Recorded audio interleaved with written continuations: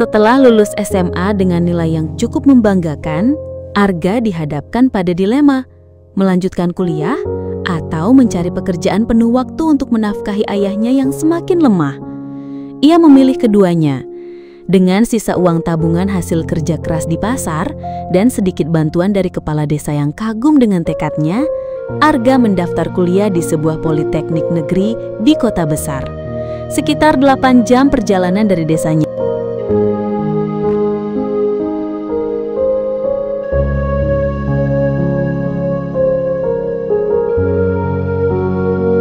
Hari itu, Arga berangkat dengan satu tas lusuh berisi 2 helai baju, 1 buku catatan, dan sepatu bekas pemberian tetangga. Di terminal, ia memeluk ayahnya dengan erat. "Aku janji ya, aku pulang nanti bukan sebagai anak kampung yang lari dari nasib, tapi sebagai anak kampung yang menang melawan nasib."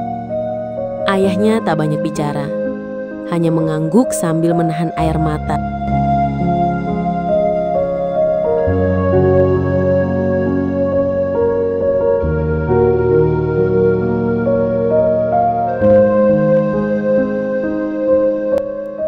Sesampainya di kota, Arga menyewa kamar kos kecil di belakang gang sempit. Ukurannya hanya 2 kali 3 meter, cukup untuk tidur dan belajar. Ia langsung mencari pekerjaan paruh waktu, dan akhirnya diterima menjadi petugas kebersihan malam di sebuah pusat perbelanjaan. Setiap malam, dari pukul 10 hingga pukul 4 pagi, ia menyapu lantai, membersihkan toilet, dan membuang sampah. Setelah itu, ia pulang sebentar untuk mandi, lalu langsung ke kampus. Tidur hanya 2-3 jam sehari. Makan kadang hanya 1 kali, tapi ia tidak pernah mengeluh. "Kalau aku menyerah sekarang, aku membuang semua yang sudah ayah dan ibu perjuangkan."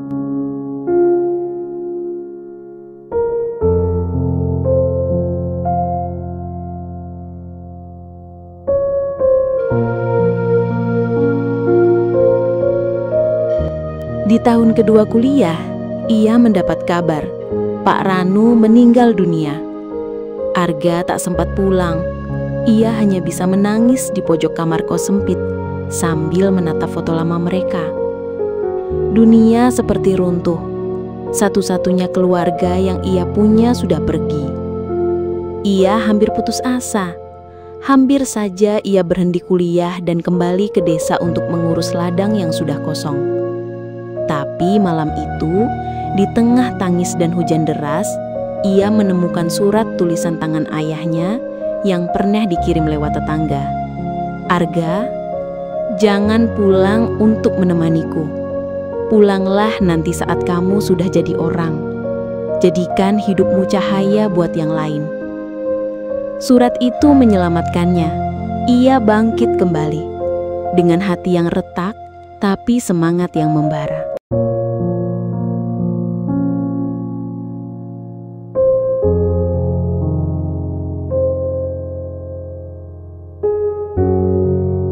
Tahun ketiga kuliah, ia mendapat kesempatan magang di sebuah perusahaan teknologi yang sedang berkembang.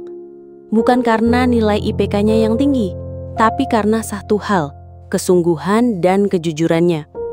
Ia tidak tahu banyak soal teknologi, tapi ia cepat belajar. Saat orang lain menolak lembut, Arga menawarkan diri. Saat rekan-rekannya hanya bekerja sesuai jam, Arga datang lebih pagi dan pulang lebih malam. Atasannya memperhatikan.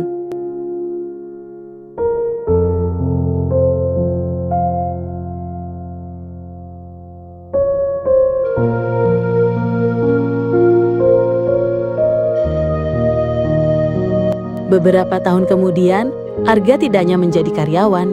Ia mendirikan startup pertanian berbasis teknologi bernama Tumbuh Bersama, yang menghubungkan petani desa langsung dengan pasar tanpa perantara.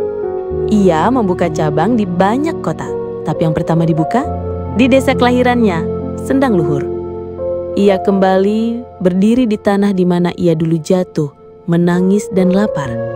Kini sebagai pemuda yang berhasil mengubah luka menjadi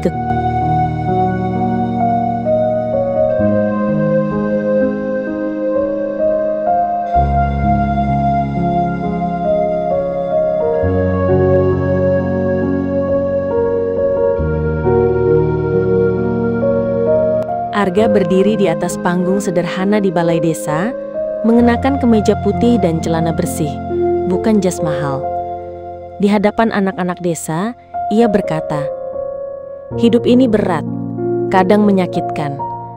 Tapi kalian harus percaya, kalau kalian terus berjalan, terus belajar, dan tidak pernah berhenti berharap, pelangi itu akan datang, seperti yang datang di hidupku.